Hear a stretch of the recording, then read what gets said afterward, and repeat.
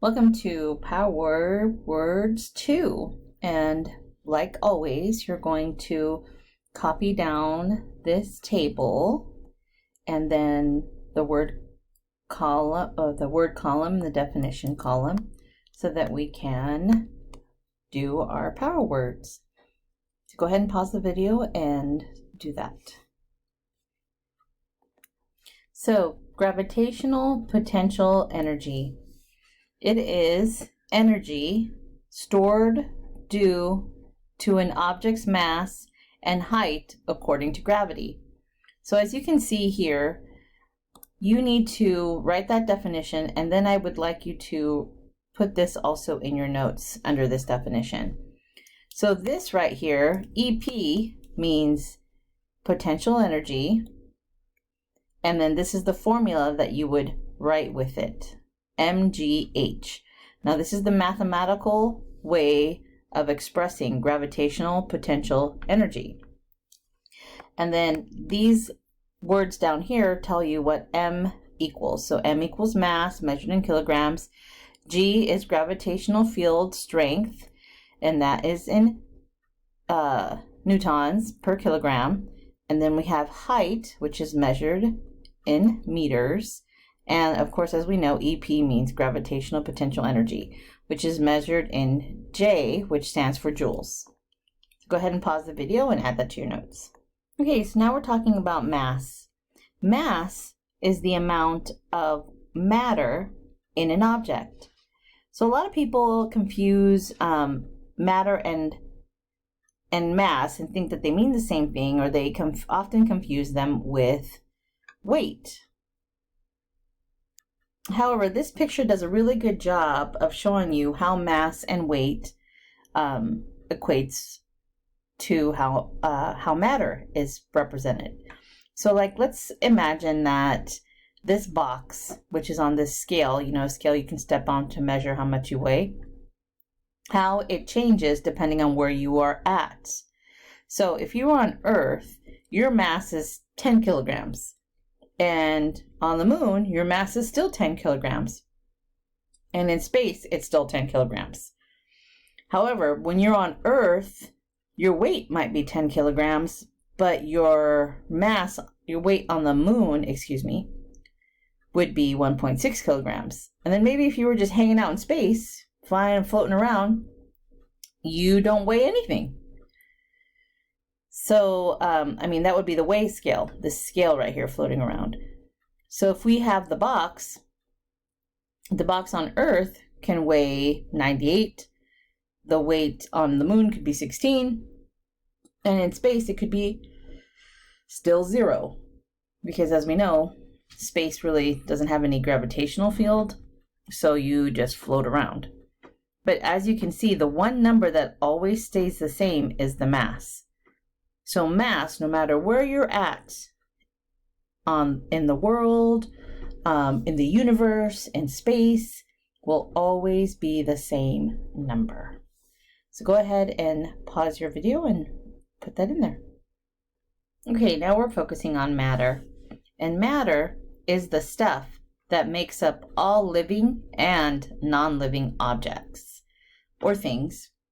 So what I want you to do is draw this diagram as well after you're done doing the definition, so that you can understand what matter really is.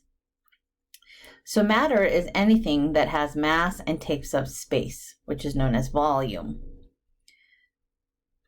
So as you can see in this picture right here, let's just imagine these are like little circular cups, and you're looking down into these circular cups. And you notice in the very first circular cup right here that it's just solid. Let's just say it's frozen, right?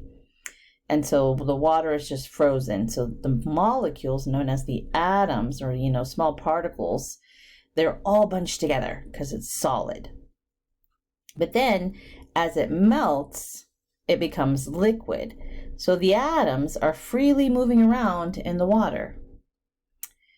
But then it can evaporate, and when it evaporates, it forms a gas in order to evaporate.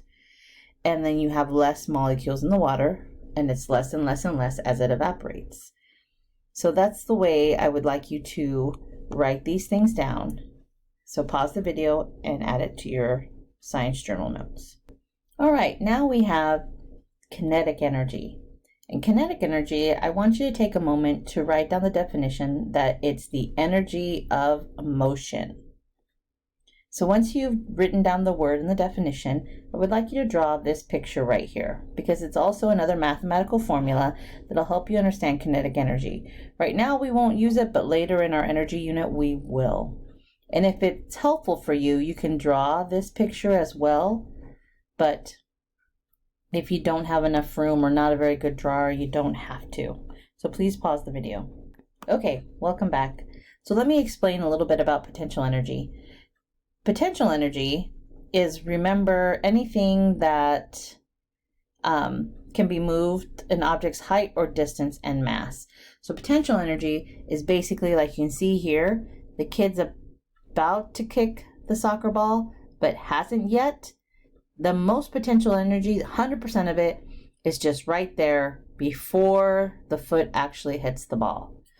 But once your foot hits the ball, like in this example, you are now using kinetic energy, is what's being demonstrated right here.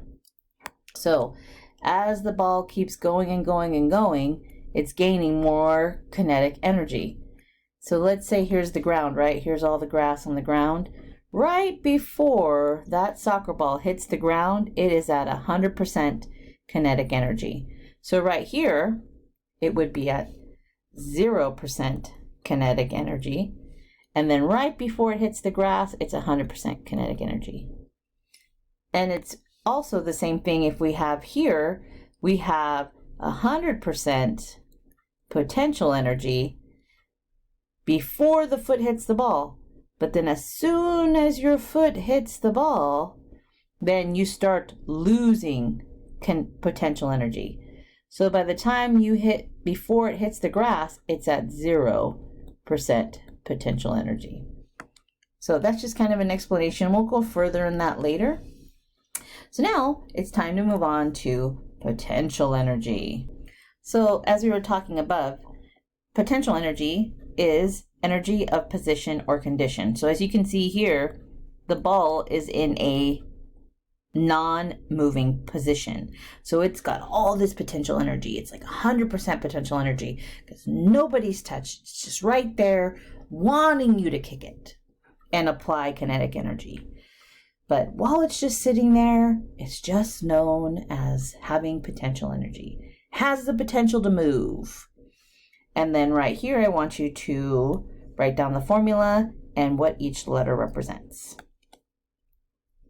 All right, so now when you're done, please come see me and I will give you a signature once I review your video notes from your science journal. And if you are having to wait, please watch this video because it'll give you further science background so that you can understand our energy unit better.